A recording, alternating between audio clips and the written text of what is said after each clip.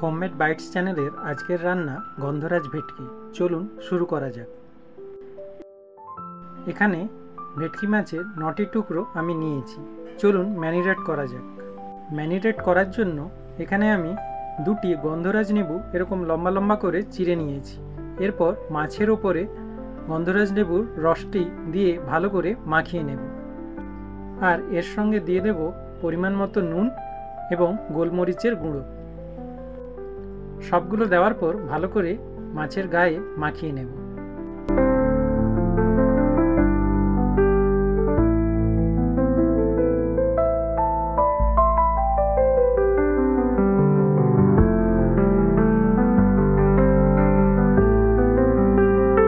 এবার গ্যাসে বসিয়ে দিয়েছি একটি কড়াই।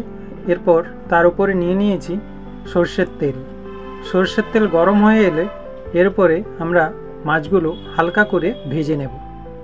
আমরা এখানে মাছ ম্যারিনেট করার প্রায় 1 ঘন্টা পর থেকে মাছ ভাজা শুরু করেছি। আপনার হাতে যদি আরও বেশি সময় থাকে তাহলে আরও বেশিক্ষণ ম্যারিনেট করে রাখতে পারেন।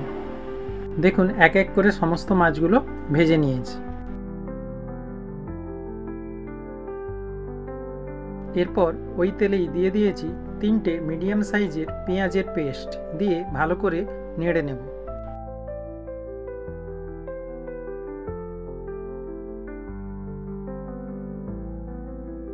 এরপর 5টে কাঁচা লঙ্কা আমরা পেস্ট করে নিয়েছি, ওই পেস্টটাও এই পেঁয়াজের সঙ্গে দিয়ে দেব। দিয়ে ভালো করে নেড়ে নেব।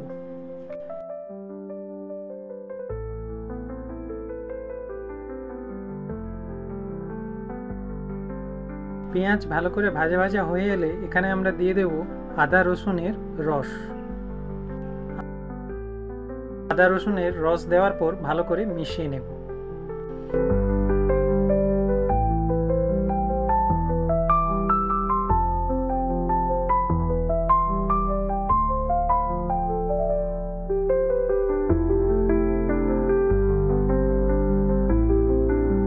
কিছুক্ষণ নাড়ার পর তেল ছেড়ে এলে ওপর থেকে ছড়িয়ে দেব হলুদ গুঁড়ো।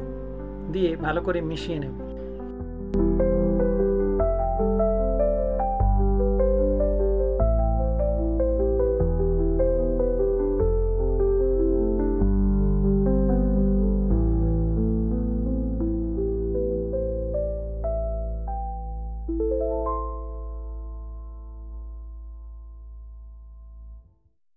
এখানে আমি আর কিছুটা পরিমাণ তেল অ্যাড করলাম। কিছুক্ষণ নাড়ার পর দিয়ে দেব ফেটানো টক দই। টক দই দিয়ে ভালো করে মিশিয়ে নেব। এখানে গ্যাসের ফ্লেমটা থাকবে মিডিয়াম।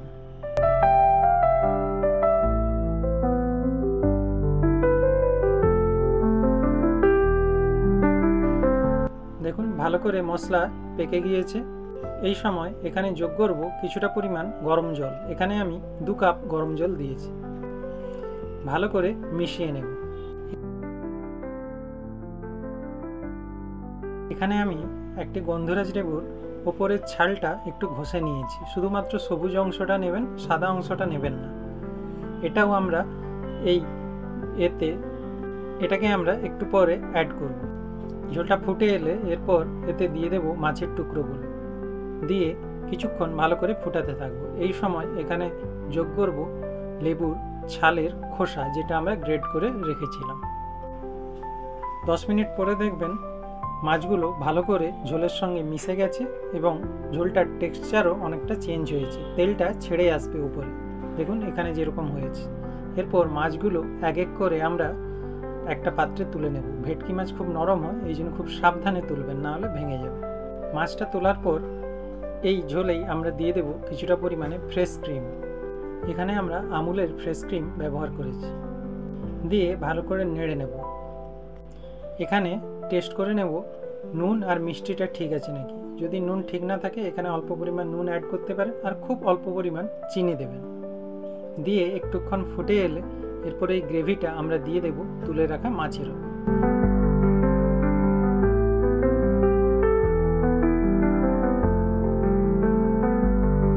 দেখুন আমাদের তৈরি হয়ে গেছে গন্ধরাজ ভেটকি। এটা গরম ভাতের সঙ্গে খেতে খুব সুন্দর লাগবে। তাহলে চলি বন্ধুরা, দেখা হচ্ছে আগামী কোনো পর্বে।